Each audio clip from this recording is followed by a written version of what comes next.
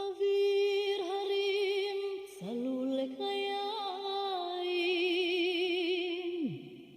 וריח אורני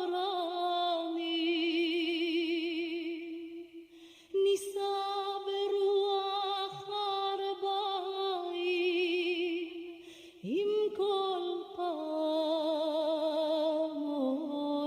פעמונים ובתרדמת אילן ואבן שבויה בחלומה העיר אשר בדד יושבת ובליבה חומה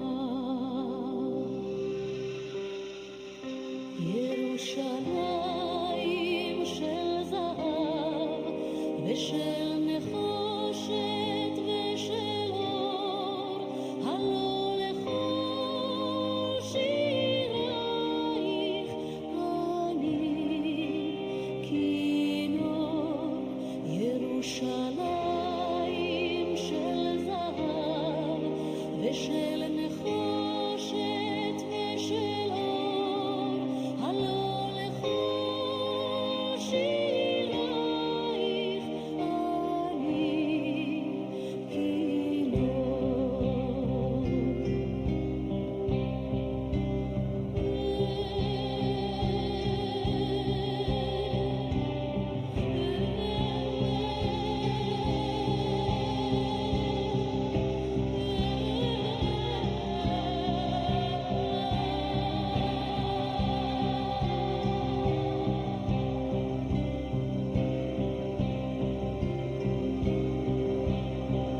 חזרנו אל בורות המים לשוק ולכיכר שופר קורא בהר הבית בעיר העתיקה ובמרות אשר בסלע אלפי שמשות זורחות ושוב נרד לים המלח בדרך יריחו ירושלים של זהב ושל נחושת ושל אור הלא לכל שירייך אני כינור ירושלים של זהב ושל נחושת ושל אור הלא לכל שירייך אני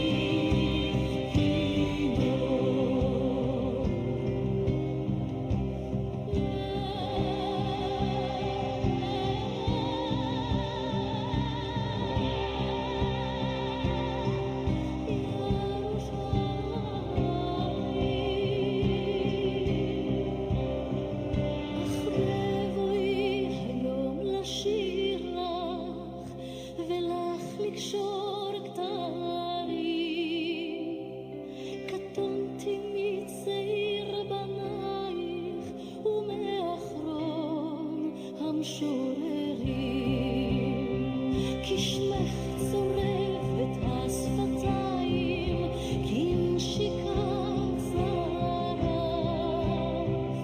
אם אשכחך ירושלים אשר כולה זהב ירושלים של זהב ושל נחושת ושל אור הלא לכל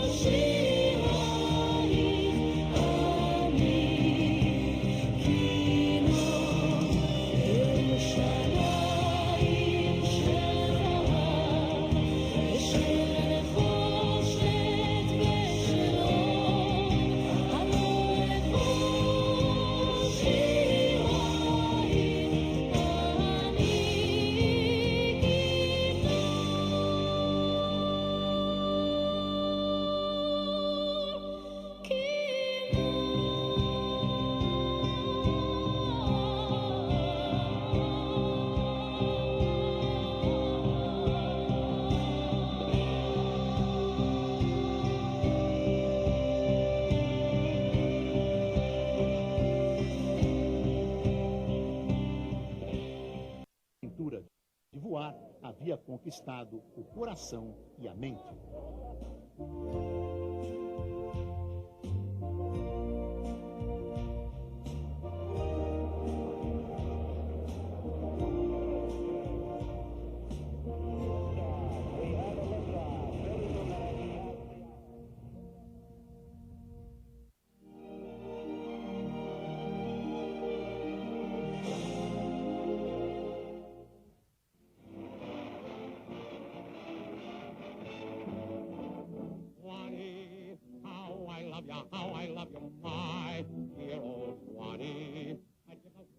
The Jazz Singer, o cantor de jazz, foi estrelado por Al Jolson, e o enredo refletia parcialmente a vida real do artista.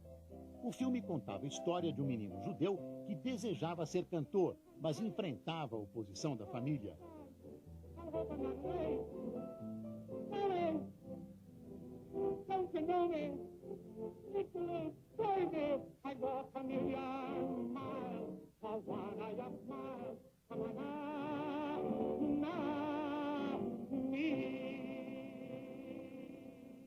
Os filmes falados com músicas e diálogos reais rapidamente fascinaram o público.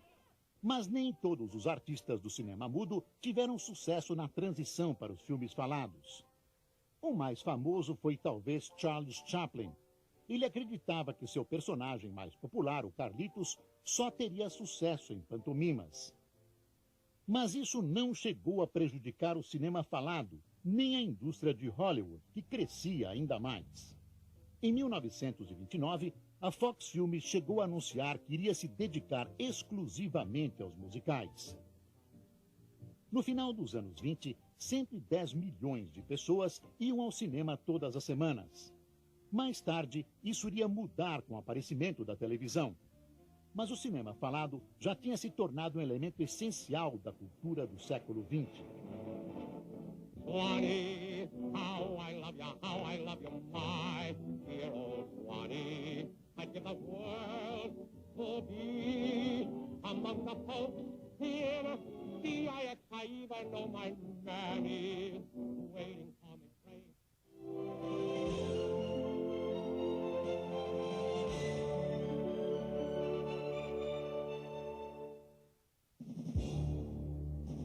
15 de setembro de 1928. Neste prédio de Londres, Alexander Fleming fez uma descoberta que iria salvar um número incontável de vidas: a penicilina. Fleming era um bacteriologista e trabalhava na Escola de Medicina da Universidade de Londres. Durante suas pesquisas, ele deixou abandonada por vários dias uma placa com bactérias estafilococcus. Quando examinou a placa novamente, notou que as bactérias tinham morrido em contato com um fungo levado pelo ar. Fleming identificou o fungo como penicillinum e batizou seu subproduto antibactericida de penicilina.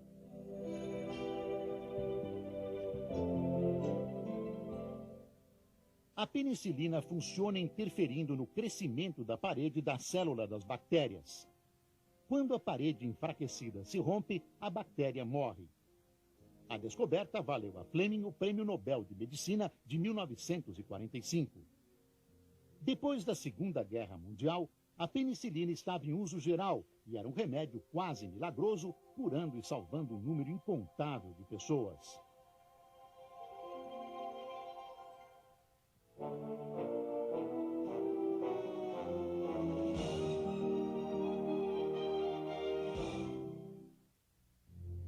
24 de outubro de 1929. Desastre em Wall Street. A Bolsa de Valores de Nova York despenca, num dia que entraria para a história como uma quinta-feira negra. Investidores em pânico mandaram vender todas as ações que tinham a qualquer preço. As ações das grandes companhias, como a General Electric, caíram vertiginosamente de valor. Nas primeiras 3 horas do pregão, 11 bilhões de dólares tinham virado fumaça. O crash em Wall Street desencadeou uma onda de falências e abalou a confiança na economia americana. Em pouco tempo, os Estados Unidos e o mundo todo eram varridos por uma grave crise econômica. 13 milhões de americanos amargavam o desemprego. A produtividade caía e os bancos fechavam um após outro. Os efeitos da crise foram devastadores para o Brasil e a economia do café. Os preços já estavam em queda no mercado internacional e as exportações começaram a diminuir. O governo brasileiro fez estoques e chegou a queimar café para sustentar os preços. Sem sucesso. Em 1931, a queima de 3 milhões de saca anunciava o fim da era no Brasil, a era do Rei Café.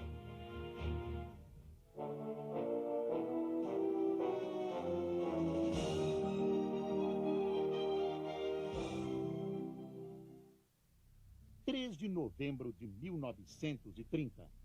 10 dias depois de derrubarem o presidente Washington Luiz, os militares brasileiros entregaram o poder ao líder da oposição revolucionária, o gaúcho Getúlio Vargas. O Brasil sofreu os efeitos da crise de 29. A velha república, dominada pela aristocracia do café, já não era capaz de responder aos anseios do país. Mas nas eleições de março, os currais eleitorais garantiram a vitória de Júlio Prestes, o candidato da situação. As elites dissidentes se reuniram aos antigos tenentes de 22 para derrubar o regime. Getúlio Vargas, o candidato presidencial derrotado, assumiu o comando do movimento. Ele iria ficar no poder até 1945, tornando-se o político mais importante na história do país.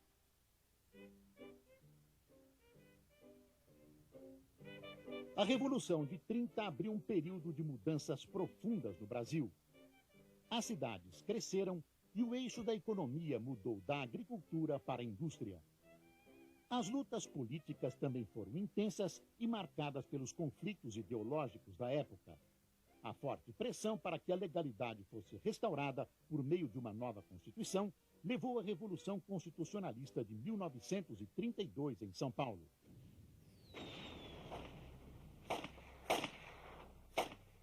Vargas e seus aliados acusaram São Paulo de separatismo e, com sucesso, conseguiram isolar e vencer os paulistas. Embora derrotados, os paulistas conseguiram sua nova Constituição em 1934. Mas Getúlio Vargas já tinha montado uma estrutura de poder que o manteria na chefia do governo até 45. Em 1935, o novo regime derrotou a intentona comunista, uma violenta revolta esquerdista liderada por Luiz Carlos Prestes. Ele já era um dos principais líderes do Partido Comunista Brasileiro. A onda repressiva que se seguiu à intentona abriu caminho para a implantação do Estado Novo em 1937. Era a ditadura, prisões, censura e ausência das liberdades fundamentais.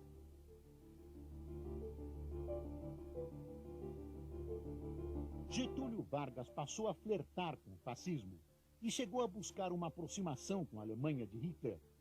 Mas com a entrada do Brasil na guerra, junto com os aliados e a vitória sobre a Alemanha, Getúlio seria deposto, mas voltaria ao poder e pelo voto.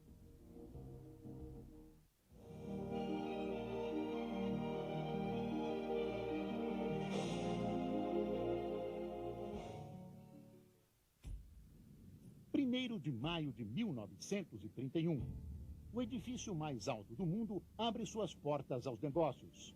O Empire State Building era uma estrutura imponente que se erguia quase 400 metros em direção ao céu. Foi um dos maiores feitos da engenharia no século XX.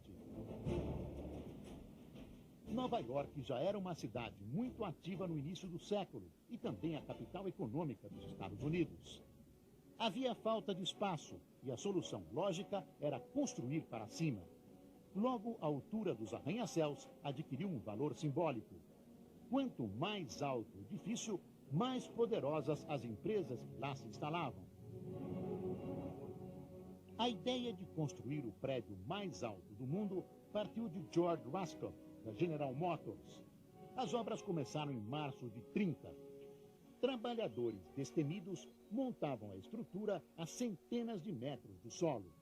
À medida em que o prédio subia, crescia também sua fama. Mas logo Raskob descobriu que tinha um concorrente. Lord Chrysler estava construindo o Chrysler Building e, para superar o Empire State, instalou um pináculo decorativo no topo do prédio. Roscoe respondeu adicionando ao Empire State um mastro para amarração de dirigíveis e garantiu o título de prédio mais alto do mundo. Eram 102 andares e o deck de observação tinha a melhor vista da cidade. Por 40 anos, o Empire State Building foi o maior arranha-céu do mundo. Ainda hoje é o símbolo da cidade de Nova York. Os anos 30 foram ao mesmo tempo agitados e surpreendentes. Na Inglaterra, o rei abandona o trono para se casar com uma plebeia. Nas Olimpíadas de Berlim, um campeão negro destrói o mito da supremacia racial dos nazistas. Mesmo assim, empurrada por Hitler e Mussolini, a Europa marcha rumo à Segunda Guerra Mundial. Já os Estados Unidos procuram vencer a Grande Depressão com Roosevelt e suas reformas.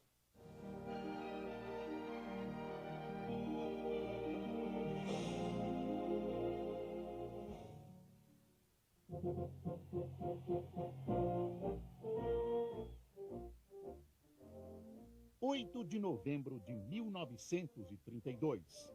Franklin Delano Roosevelt foi eleito presidente dos Estados Unidos numa das épocas mais conturbadas da história americana. A América estava mergulhada na Grande Depressão. Milhões de pessoas estavam sem trabalho e todos buscavam uma saída para o seu desespero. Na eleição presidencial de 32, o país tinha a chance de escolher entre Herbert Hoover, candidato à reeleição, e Roosevelt, o ousado governador de Nova York. A campanha de Roosevelt tinha uma mensagem simples: um New Deal, um novo projeto para o povo americano. Ele prometeu intervenção governamental para combater a crise econômica. Já a mensagem do presidente Hoover era para que a América mantivesse o rumo e a economia se arrumaria por si mesma. Roosevelt venceu por ampla margem e, uma vez instalado no poder, convocou o Congresso para aprovar novas leis de estabilização da economia. Nos primeiros 100 dias de governo, impôs uma agenda ambiciosa e inédita. Primeiro, aprovou medidas para restaurar a confiança na economia, como a regulamentação dos bancos e da Bolsa de Valores. Depois, abriu frentes de trabalho para os desempregados com a construção de estradas, pontes e usinas hidrelétricas. A economia melhorou significativamente sob as diretrizes de Roosevelt, mas os Estados Unidos logo iriam enfrentar novas ameaças, grandes greves na indústria e, mais grave, a ascensão da Alemanha nazista.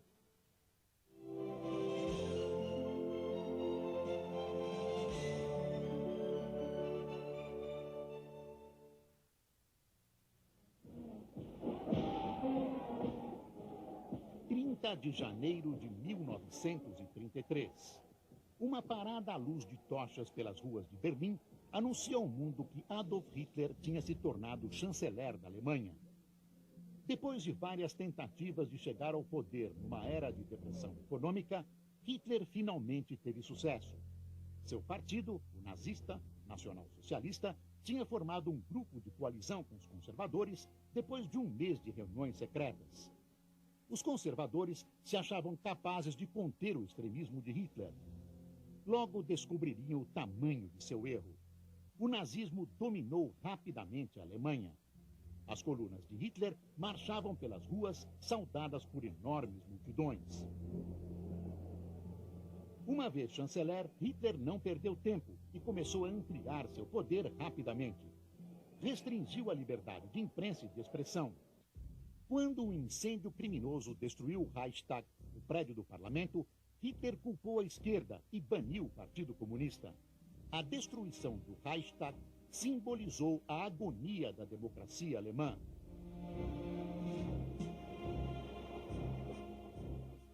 No dia 24 de março de 1933, o parlamento concedeu a Hitler poderes para legislar e mudar a Constituição. O partido nazista logo se tornou o único da Alemanha. Hitler usou os novos poderes para iniciar a sua mais odiosa obsessão, a perseguição aos judeus. Mas a ambição do ditador nazista ia além das fronteiras alemãs. Ele reconstruiu o exército alemão e iniciou uma política de anexações. A passividade da Europa estimulou Hitler a seguir construindo seu império. O mundo pagaria um alto preço por sua cegueira.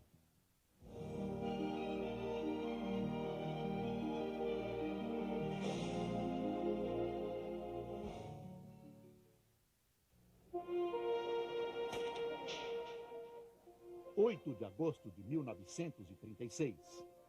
Uma estrela do atletismo americano, Jesse Owens, deixou Hitler chocado ao conquistar 4 medalhas de ouro nos Jogos de Berlim.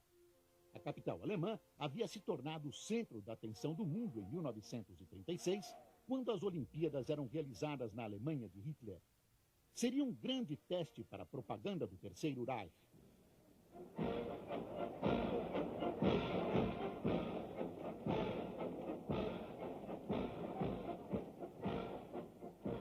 O líder nazista queria exibir sua nação para o mundo e provar no campo atlético a superioridade da raça ariana.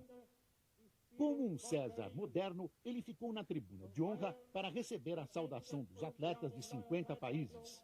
E então declarou aberta a 11ª Olimpíada da Era Moderna. Os jogos estavam abertos e as ideias de superioridade racial dos nazistas começam a ser desmentidas nas pistas. O atleta negro americano Jesse Owens venceu a corrida dos 100 metros rasos, os 200 metros, o salto em altura e o revezamento 4 por 100. Ele, Cornelius Johnson e outros negros conquistaram 13 medalhas, acabando com o mito da superioridade da raça ariana. Nessas ocasiões, Hitler já não estava no estádio. Não queria sentir a humilhação de ver alguém que considerava inferior derrotar os alemães. Jesse Owens, neto de escravos, fez história por seu fantástico desempenho atlético e também por simbolizar o repúdio ao racismo.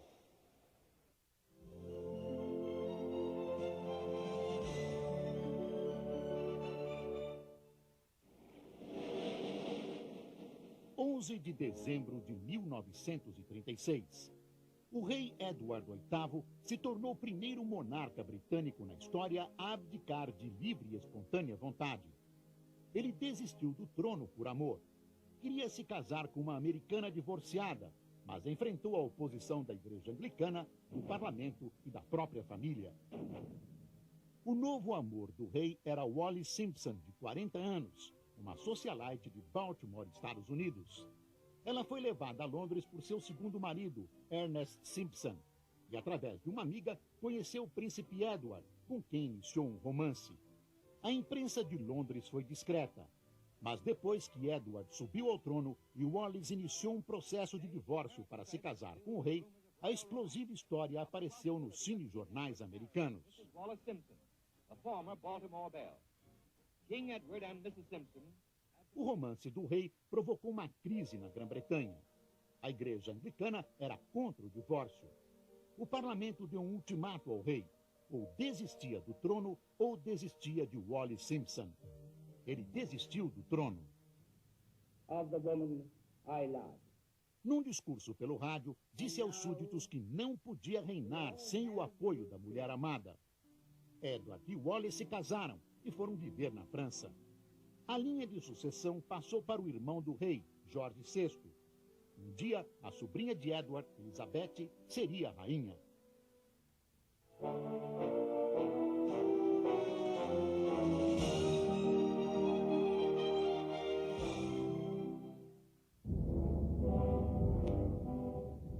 (6 de maio de 1937.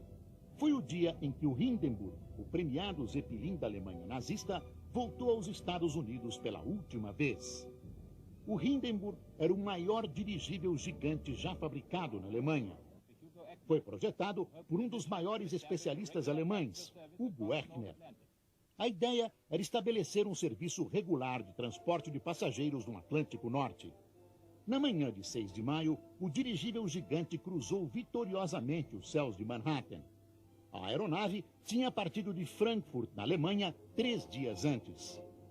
Ao se aproximar do campo de Lakehurst, em Nova Jersey, o Hindenburg lançou seus cabos de amarração, preparando-se para o pouso. Estava a 100 metros de altura quando o desastre aconteceu. A maior aeronave do mundo explodiu, transformando-se numa bola de fogo. Os passageiros pulavam na tentativa de se salvar, enquanto o Hindenburg em chamas caía rumo ao solo.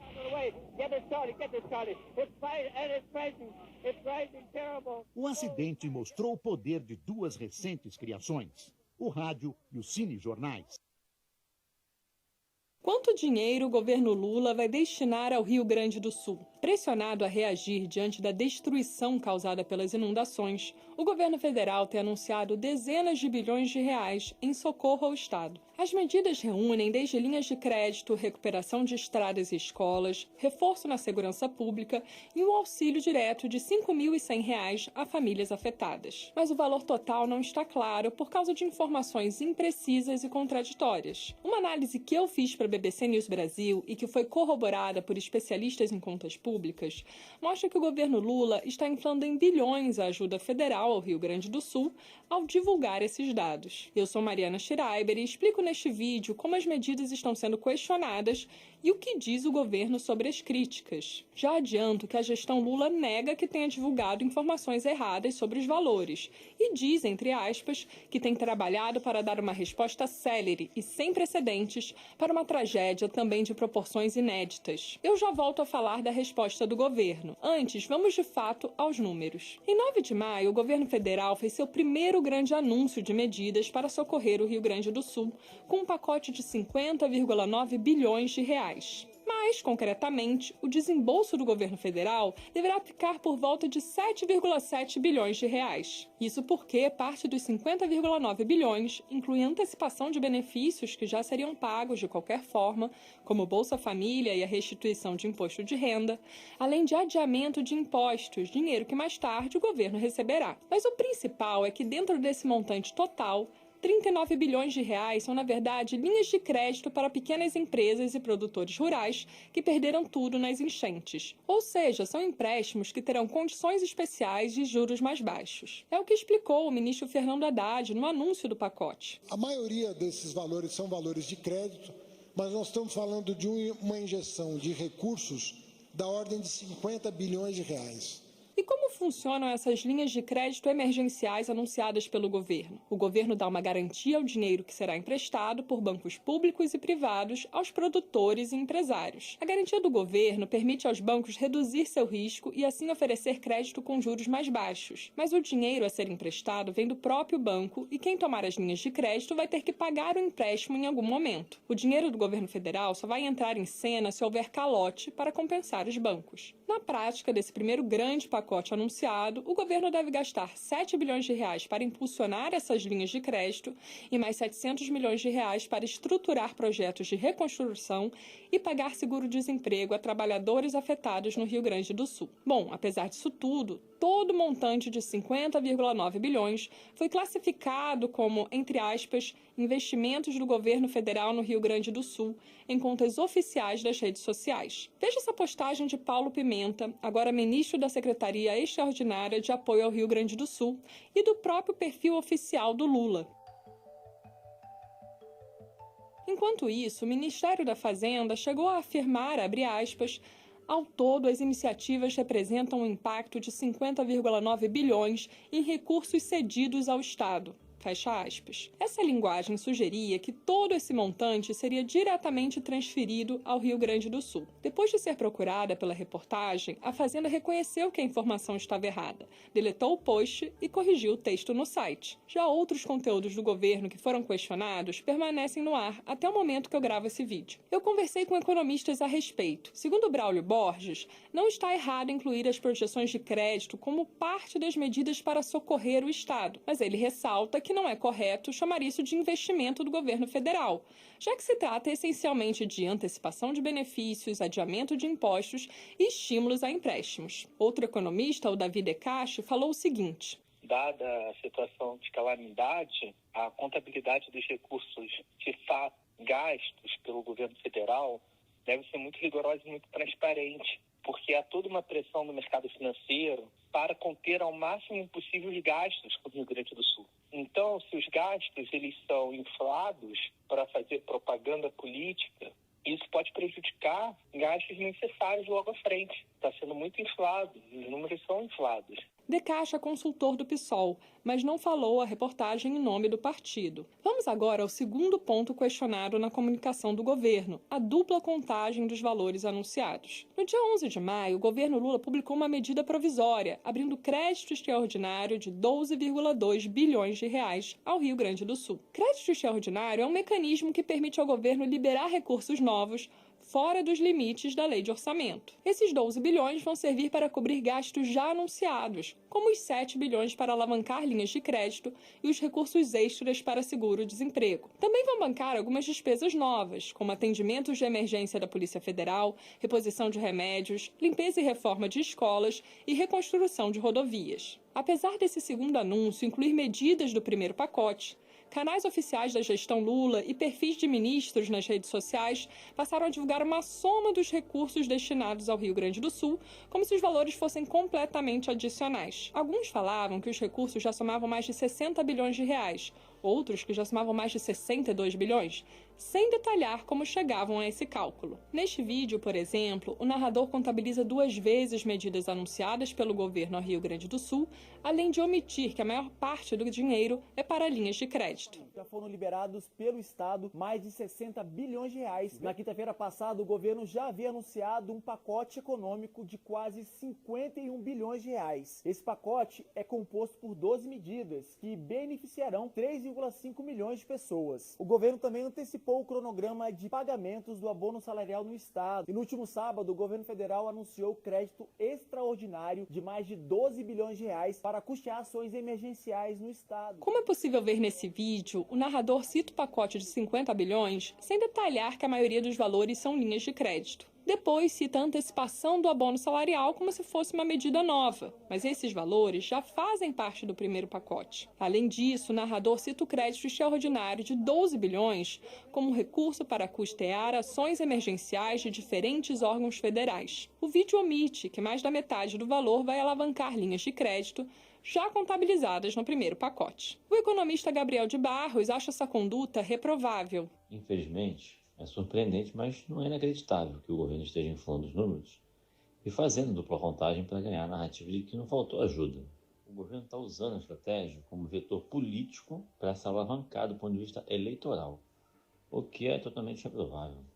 Eu procurei a Secretaria de Comunicação da Presidência, que negou ter divulgado informações erradas. Em nota, ela diz: o governo federal tem atuado para viabilizar recursos para o Estado em diversas frentes, seja investimentos diretos, medidas para impulsionar linhas de crédito, antecipação de benefícios, suspensão de pagamento de dívidas, entre outras. A nota diz ainda, abre aspas, que as ações do governo federal não se encerram nos anúncios já realizados até o momento, inclusive porque a real dimensão do impacto econômico ainda está sendo mensurada, o que deve, inclusive, elevar a ajuda financeira do governo do Brasil ao Estado.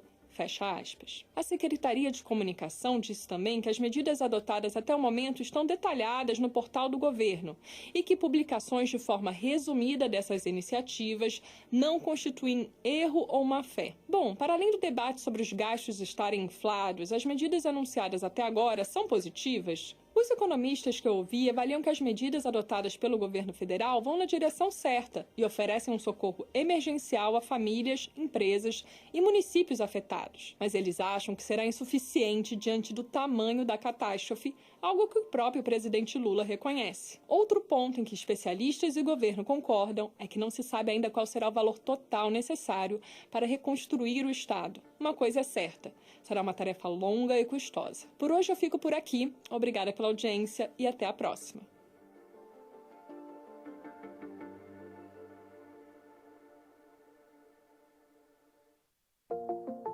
Município de São Vicente, Estado de São Paulo. São Vicente, região inicialmente chamada Ilha de Goiás, é um município brasileiro do estado de São Paulo. Fundada em 22 de janeiro de 1532 pelo militar e administrador colonial português Martim Afonso de Souza, se tornando a cidade mais antiga do Brasil, é a primeira vila, povoado colonial, permanente estabelecida na América Portuguesa. Pertence à região metropolitana da Baixada Santista. Sua população estimada pelo Instituto Brasileiro de Geografia e Estatística para 2021 era de 370.839 habitantes. É a segunda cidade mais populosa do litoral paulista, ficando atrás apenas de Santos. A sua área é de 148,151 km², o que resulta numa densidade demográfica de 2.503 habitantes por quilômetro quadrado. Surgida no ano de 1532, foi a primeira vila da América Portuguesa, fundada por Martim Afonso de Souza conforme ordens do rei de Portugal, Dom João III, em uma ilha descoberta na expedição de Gaspar de Lemos, em 1502, que a batizou em homenagem a São Vicente Mártir, de acordo com registros de Américo Vespúcio. Em 22 de agosto de 1532, ocorreu a primeira eleição da América, em que foram escolhidos os primeiros oficiais da Câmara, atualmente equivalente ao cargo de vereador. Hoje, a cidade, situada na metade ocidental da ilha de São Vicente, que compartilha com Santos, baseia a sua economia no comércio e turismo.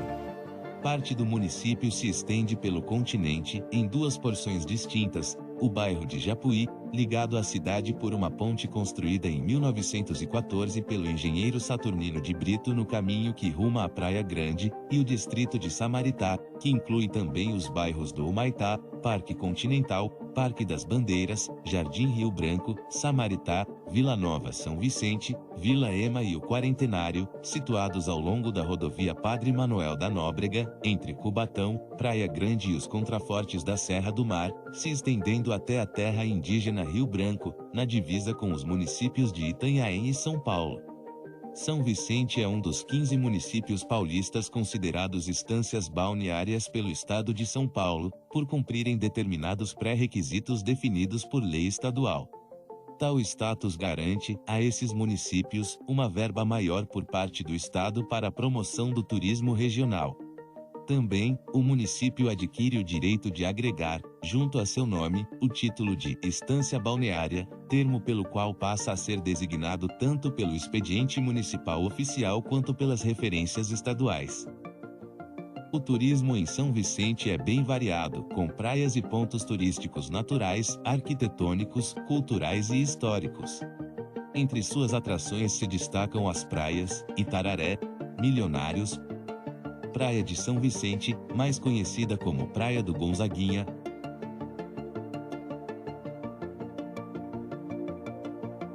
Praia de Paranapuã, Praia de Itaquitanduva, a Ilha Porchate, a Ponte Pêncil, a mais antiga do Brasil, inaugurada em 1914, e o teleférico que a liga a Praia de Itararé até o Morro de Voturuá, onde se tem uma vista deslumbrante da região.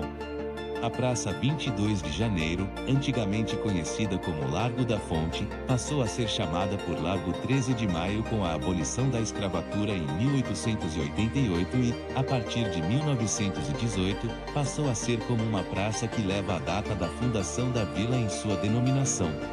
Nela, podem ser vistos o Relógio do Sol e as estátuas de Benedito Calixto e do soldado Pércio de Queiroz Filho. A Praça João Pessoa abriga o Mercado Municipal, inaugurado em 1929, onde era o centro de abastecimento local. O local antigamente denominado por Largo Santo Antônio quando abrigava a Casa da Câmara e a cadeia, foi construído em 1729 e em 1925 foi demolido. Hoje, abriga algumas lojas em prédio histórico e a atual Igreja Matriz, que teve a sua primeira construção próxima à praia concluída em 1532 e destruída por maremoto 10 anos depois, reconstruída pelo povo já na praça, em 1559, e atacada pelos piratas Thomas Cavendish em 1590 e Joris van Spielbergen em 1615. A terceira reconstrução ocorreu em 1757 a partir das bases da segunda e permanece até hoje. Desde 1998, a Praça Kotokuiha passou a abrigar um recanto japonês, simbolizando a união da cidade de São Vicente com a de Nara, situada na província de Okinawa, no Japão, abrigando a construção de um portal e a Pedra da Sorte, a denominada Rua Japão. Em memória à colônia portuguesa, surgiu, a região, o Marco Padrão, construído em 1932 sobre uma pequena ilha denominada Pedra do Mato. O marco apresenta escudos representativos de Portugal quinhentista, da Ordem de Cristo, da atual Pátria Brasileira e de Martim Afonso de Souza. Ao atravessar a plataforma de pesca e lazer e apreciar-se a vista de toda a Baía de São Vicente, chega-se ao acesso para a Ponte Pêncil. A Casa do Barão é um casarão térreo com reserva ecológica de 6.500 metros quadrados, construída em 1925 com tijolos, cobertura em telhas francesas, porão e uma grande varanda apoiada em colunas duplas. Serviu de residência ao Barão Kurt von Pritzelwitz, gerente da firma exportadora de café Teodoro Willi e Cia. Em 1946, o imóvel passou a sediar o Instituto São Vicente, e em 1972 o Instituto Histórico e Geográfico de São Vicente, que expõe seu acervo aos visitantes. O centro de São Vicente, arredores das praças 22 de Janeiro, Coronel Lopes e Barão do Rio Branco, é um ponto de comércio que tem se desenvolvido em relação a outros pontos da região metropolitana desde meados da década de 2000, deixando de ser predominantemente utilizado por pessoas de baixa renda a partir de obras de revitalização central e políticas de atração com investimentos privados, como a instalação de shopping center em 2007, que impulsionou hipermercados, trouxe grandes redes de lojas, cinemas e restaurantes, explorando finalmente seu potencial estagnado das décadas anteriores. Tal área privilegia-se de localização centralizada, pois atende tanto à demanda dos munícipes situados na área insular, quanto da área continental através da Ponte dos Barreiros, como, ainda, de quem desce a serra para acessar ao município de Santos na parte da zona noroeste e de outras praias e proximidades na zona leste ou, por fim, como acesso ao município de Praia Grande pela esplendorosa Ponte Pêncil. Por isso, atentou-se em identificar nas vias denominadas como linhas amarela e vermelha, para integrar o trânsito que aproxima-se à região entre o centro e os bairros do Itararé e Gonzaguinha. O território do município de São Vicente integra a complexa planície sedimentar da Baixada Santista, formada pelas planícies de Praia Grande e Bertioga. Estas planícies apresentam morros isolados na ilha de São Vicente, Santos, São Vicente, e de Santo Amaro, Guarujá, sendo delimitada pela linha de costa, e em sua porção interior, pelas cristas da escarpa da Serra do Mar. O Morro do Voturuá é um acidente geográfico explorado para a prática do voo livre, tem seu acesso a partir do Morro José Menino na divisa com Santos e permite a visão dessas cidades, além de Guarujá, Praia Grande e até Cubatão. O local, também conhecido como Morro da Asa Delta, também pode ser acessado por meio de um teleférico, localizado na orla da praia do Itararé. A Ilha Porchat é um local muito frequentado em época de veraneio.